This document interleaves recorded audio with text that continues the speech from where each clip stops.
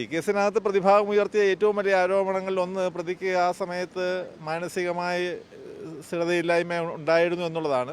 പക്ഷേ അത് ഒരിക്കലും നിലനിൽക്കാത്ത ഒരു തർക്കമാണ് എന്ന് കോടതിയെ ബോധ്യപ്പെടുത്തുവാൻ ഈ കേസിൽ പ്രോസിക്യൂഷൻ സാധിച്ചിട്ടുണ്ട് എന്നുള്ളത് തന്നെയാണ് ഞങ്ങളുടെ വിശ്വാസം. കാരണം പ്രതിഭാഗം കൊണ്ടുവന്ന സാക്ഷികളിൽ നിന്ന് പോലും ഇപ്രകാരം പ്രതിയുടെ ആരോപണങ്ങൾ തെറ്റാണ് എന്ന് തെളിയിക്കുവാൻ ഞങ്ങൾക്ക് കഴിഞ്ഞിട്ടുണ്ട്, ഞങ്ങൾക്ക് സാധിച്ചിട്ടുണ്ട് എന്ന് തന്നെയാണ്. അപൂർവങ്ങളിൽ അപൂർവമായ കേസാണെന്ന് കോടതിയാണ് തീരുമാനിക്കേണ്ടത്. തീർച്ചയായും അങ്ങനത്തെ ഒരു പ്രതീക്ഷയാണ് പ്രോസിക്യൂഷനുള്ളത്.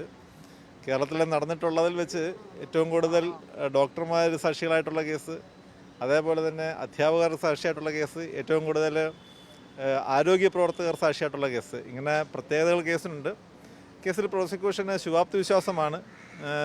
കേസിൽ കുറ്റപത്രത്തിൽ ആരോപിച്ചിട്ടുള്ള കുറ്റങ്ങളെല്ലാം തന്നെ സംശയത്തിന് അതീതമായി തെളിയിക്കാൻ പ്രോസിക്യൂഷൻ സാധിച്ചിട്ടുണ്ട് എന്നുള്ള വിശ്വാസമാണ് ഞങ്ങൾക്കുള്ളത്. ഇനി എന്തായാലും കൂടി വന്നു കഴിഞ്ഞാൽ അരമണിക്കൂറിനുള്ളിൽ കോടതി ഈ കാര്യത്തിൽ ഒരു അന്തിമമായ തീരുമാനമെടുക്കും എന്ന് ഉറപ്പുണ്ട്. ആ തീരുമാനം തീർച്ചയായും ഡോക്ടർ വന്ദനാദാസ് എന്ന ആ നിർഭാഗ്യവതിയായ പെൺകുട്ടിക്ക് നീതി ലഭിക്കും എന്ന് തന്നെയാണ് ഞാൻ വിശ്വസിക്കുന്നത്. ഏറ്റവും പ്രധാനമായ ഒരു കാര്യം മാനസിക നില സംബന്ധിച്ച് പ്രതിഭാഗം പറഞ്ഞ കാര്യങ്ങളായിരുന്നു. അതെല്ലാം പരാജയപ്പെടുത്താനായിട്ട് പ്രോസിക്യൂഷനും അതോടൊപ്പം തന്നെ മെഡിക്കൽ റിപ്പോർട്ടുകൾ കൊണ്ട് കഴിയുകയും ചെയ്തിട്ടുണ്ട്. ഈ കേസിനകത്ത് പ്രതിഭാഗം ഉയർത്തിയ ഏറ്റവും വലിയ ആരോപണങ്ങളിൽ ഒന്ന് പ്രതിക്ക് ആ സമയത്ത് മാനസികമായി സ്ഥിരതയില്ലായ്മ ഉണ്ടായിരുന്നു എന്നുള്ളതാണ്.